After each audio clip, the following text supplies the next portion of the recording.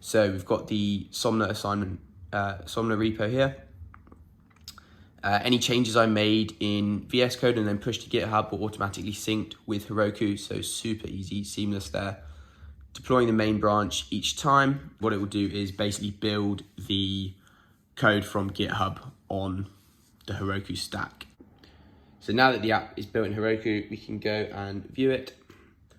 And this is it here. So Sleep Metrics dashboard is the final kind of web app. Basically got 3/4 main components. So main focus of my project being this adaptive, personalized sleep scheduling, optimizing for minimizing standard deviation, interdaily stability, and then social jet lag over a 7-day period. Heat map on sleep and wake data over the last 7 days. So I built the app, web app in Dash. So got nice interactive plots here. And this has been really interesting because it's a very, very clear visual way of seeing where my kind of regular bedtime lies around. And then if I have any significant deviations from that. Next thing is the temperature and humidity plot from the Raspberry Pi sensor array overnight. So interesting to see here, we haven't got the heating on in the morning at the moment. So you can see the temperature falling overnight, well below that kind of average value of around 18 to 19 degrees. Built using Dash, super nice and interactive. We've got the comparison between the temperature and humidity last night to the optimal values of temperature and humidity. Negative temperature difference below the optimal is displayed in this icy blue color. So for really quick visual reference, and then similar for the humidity, if we're above optimal humidity, it's coming across as kind of a gray, rainy, wet color, then with more significant deviations coming up in a more pronounced color. And then finally, we've got advice at the bottom here, which again is proportional to the absolute value of the deviation. And then also with respect to whether it's above or below. So just a quick overview, run through of the code.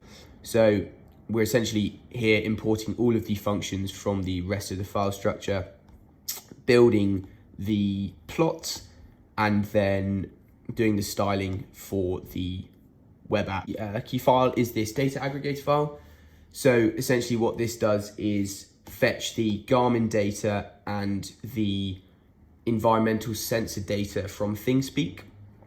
So the Garmin data uses the Garmin DB module, and what that does is when the command is run here, that downloads the latest data from Garmin DB that does not currently exist in the downloaded files. So this is run once every day at 9 AM using the cron scheduler.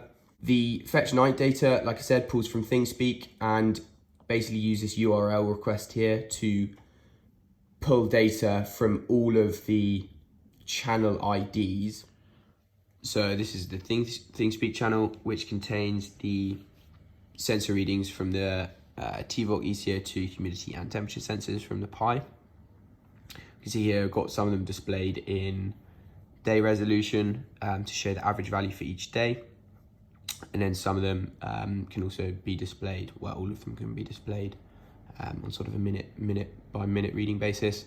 These are the API keys that are used to read the data from the channel on the web app using a HTTP GET request. So this is the Pi 02 and the sensor array, just prototype for now on a breadboard for speed.